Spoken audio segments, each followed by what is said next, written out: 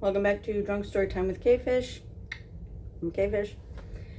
So I finished the jam jar, which was just a little bottle anyway. And as I've mentioned in the past, I mainly buy wine by name or by bottle or label because it looks cool. This one I bought for the name, which is Bitch Bubbly.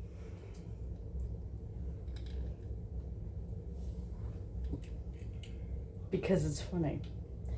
So now I get to... I can't tell if that's a tie or a butterfly.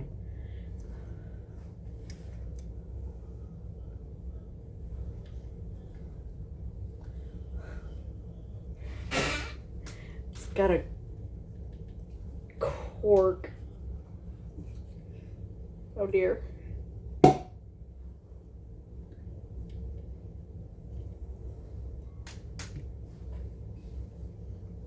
So, let's see how it is and if it needs to be improved.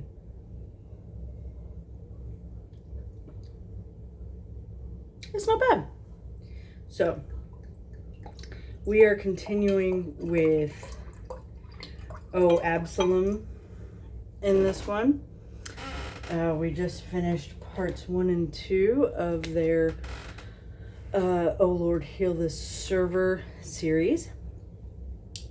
So moving on to part 3.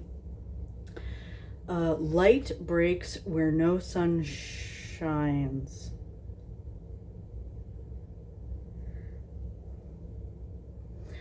Summary is Aziraphale's holy form is quite inconvenient to sleeping Crowleys. This week's prompt was Eldritch Horror Forms, and co-winner of this week's Ridiculously Tickety-Boo Award.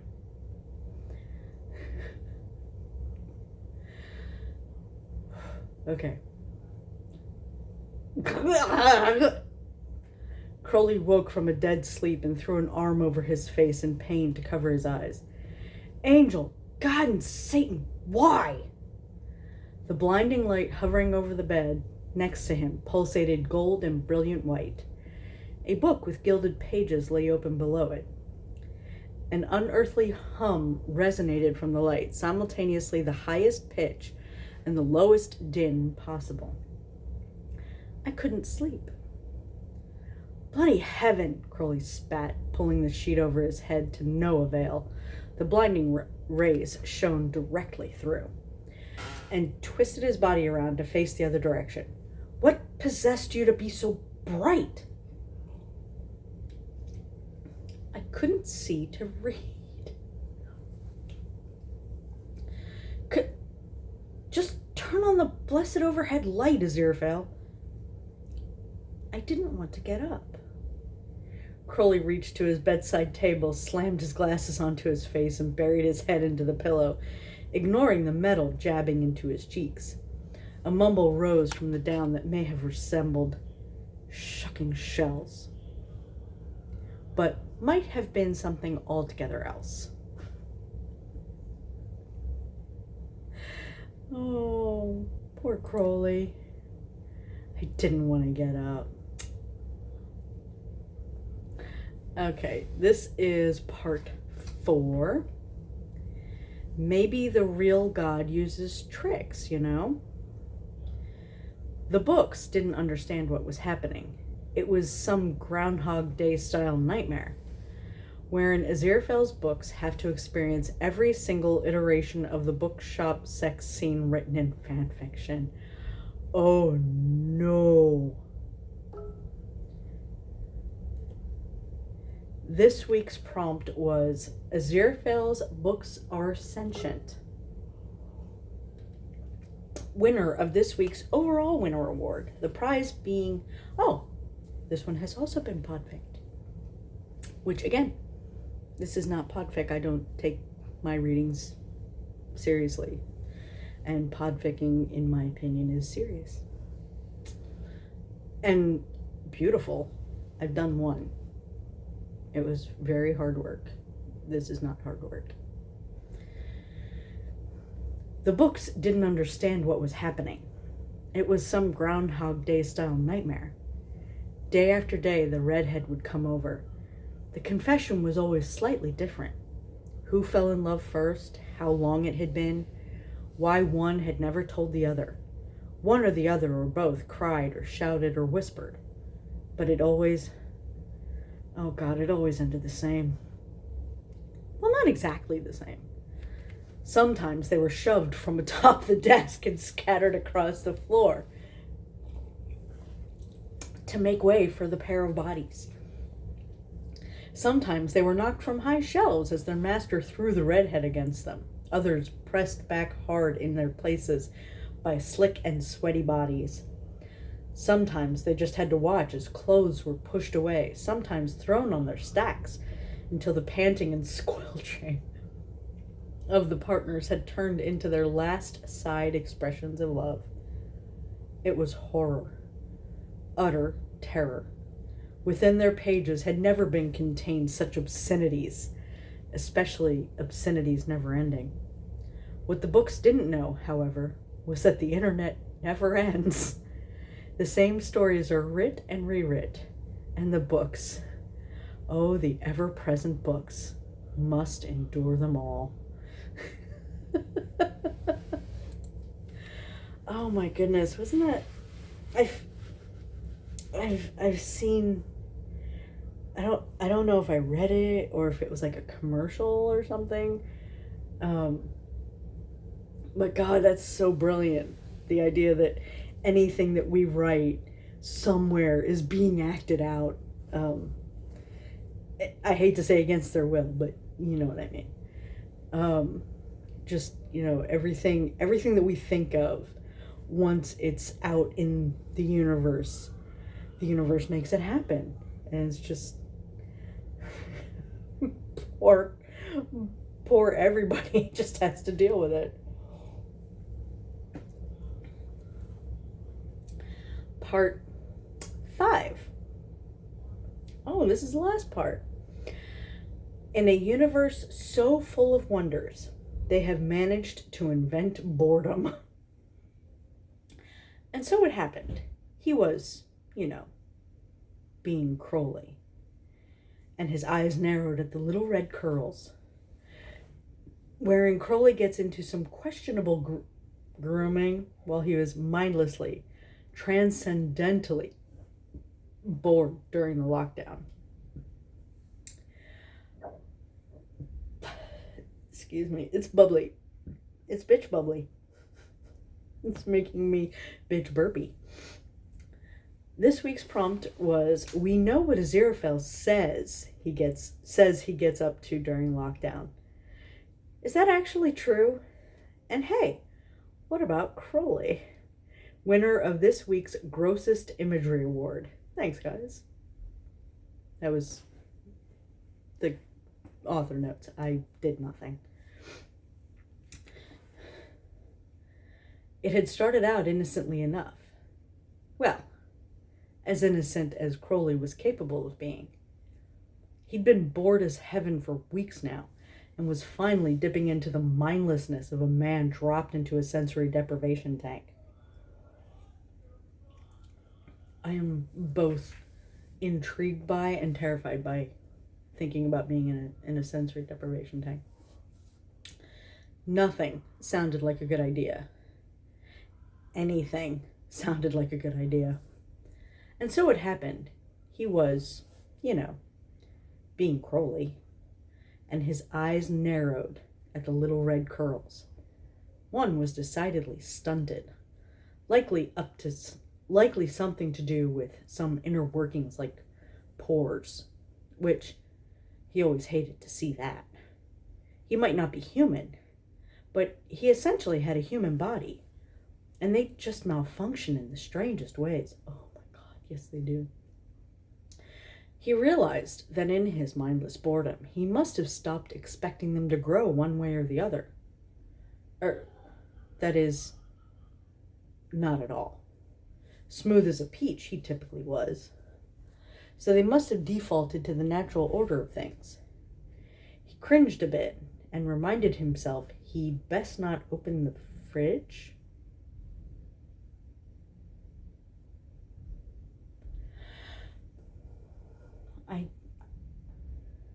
I don't understand that. He could have miracled the situation away quickly, but that's a game he gave up a week into the lockdown. Doing things longhand killed much more time. At least it was a walk to the bathroom, a dig through the medicine cabinet. And it was just a pluck anyway, not like he was going to take to waxing or anything. But that one was also a little short. And that one, why was it brown? Well, now it was all just uneven. And so, for the better part of an afternoon, as he gave himself a tweezer Brazilian, one hair at a time, the demon Crowley was not bored. No!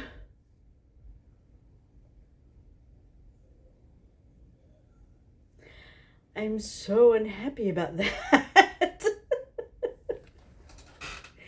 That made everything kind of cringe. Yay, next work. Okay, part 6. Surely something. Wherein the boys prepare to attend a pride parade. This week's prompt was, our boys celebrate pride.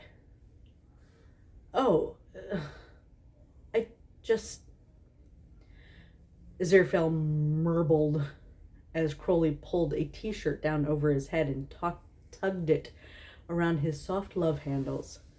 Why can't I just wear my waistcoat as usual? Crowley grinned. Well, you could just wear your waistcoat and a nice tight pair of knickers. I'd quite like to see... Crowley! Good heavens! He regarded himself in the mirror, the bright colors of the rainbow reflected back at him. I don't see how this is our place.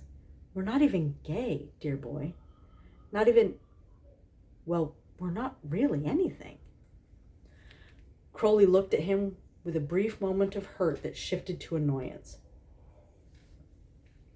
He rubbed an eyebrow. We're being supportive, Angel. Damn humans, always picking some lot to burn at the stake. Besides, we're kind of gay? Sometimes? Other times we're not. Listen, you're really narrowing the spectrum of who this celebrates. He wrapped a shimmering, multicolored bow tie around the angel's bare neck and began to tie it. It just seems we don't belong. We don't have any of the horrible bother they torture one another with. A funny look every now and then, but we don't exactly have to struggle. Well, we look like men, to the humans. We look like men in love, even if we're not really anything. He rolled his eyes and looked at Aziraphale's own. So there should be some kind of solidarity there. You know the power in crowds, Angel. Isn't it our place to celebrate love, if it's ours or not? He slipped a headband into Aziraphale's platinum curls.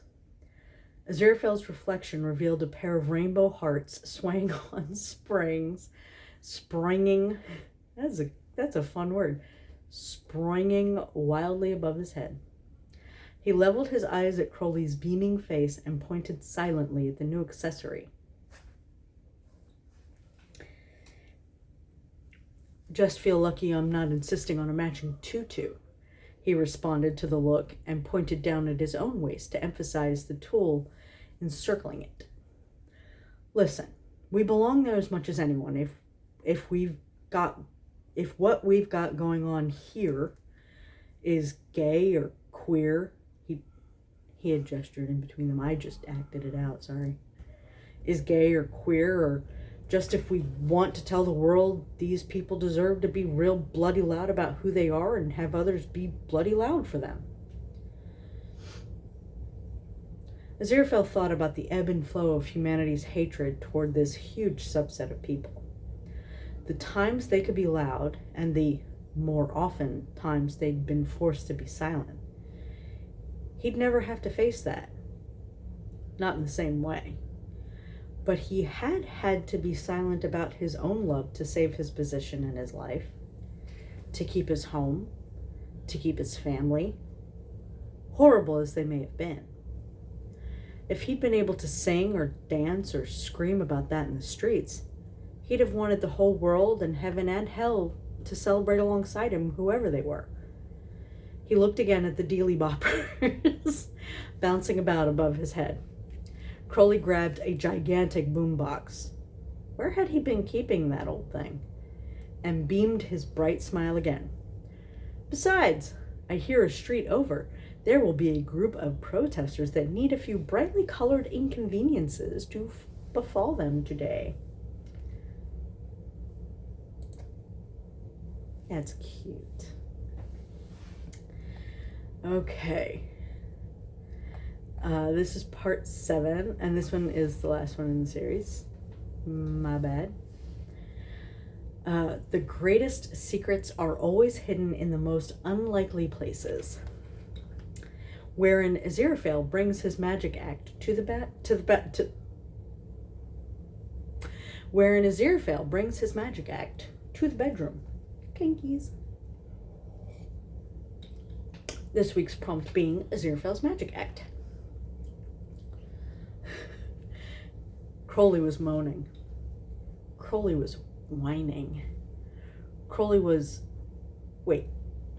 What did the angel just pant out behind him? What? What? I said I'd been practicing the coin trick. Crowley sighed and let his face drop into the pillow. Sure, it had been where this conversation started, but it clearly wasn't where it had ended. He'd worked hard to play it down and even redirect. He wasn't going to let this knock him off pace. He lifted his head and looked back over his shoulder. Still, now is the time you want to talk about this? Focus on filling me up right now, and we'll continue about you giving a middle finger to miracles later, Angel.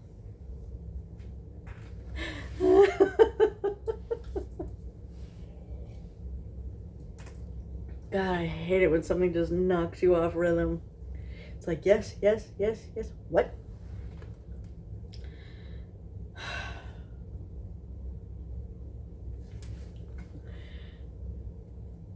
We'll continue to talk about you giving a middle finger to miracles later, Angel.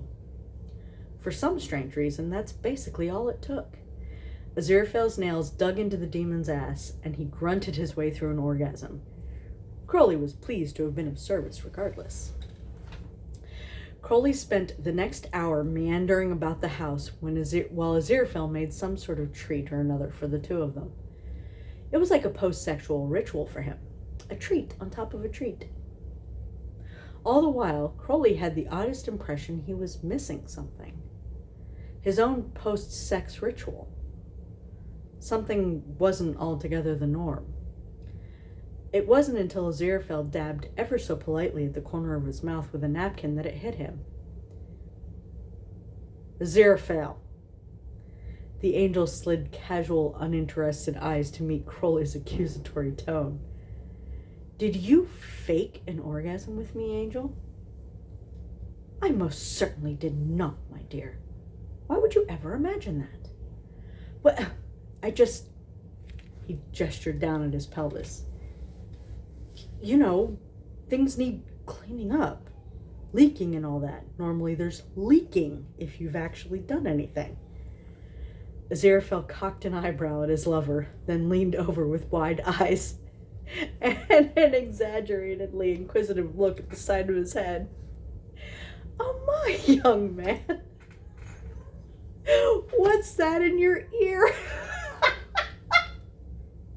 Crowley's mouth dropped open, and he felt a warm, wet trickle begin to slide down his neck.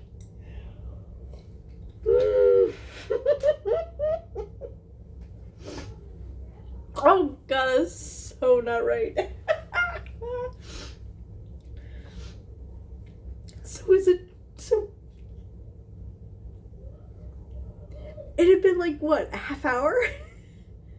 An hour? Before, where was it before that? Was it just in the ether and it had to, oh, what's behind your ear? And all of a sudden,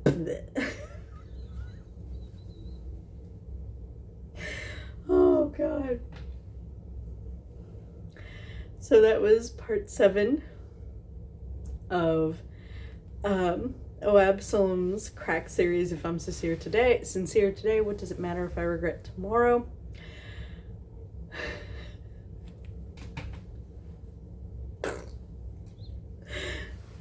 So, thank you for joining me. I will see you next time.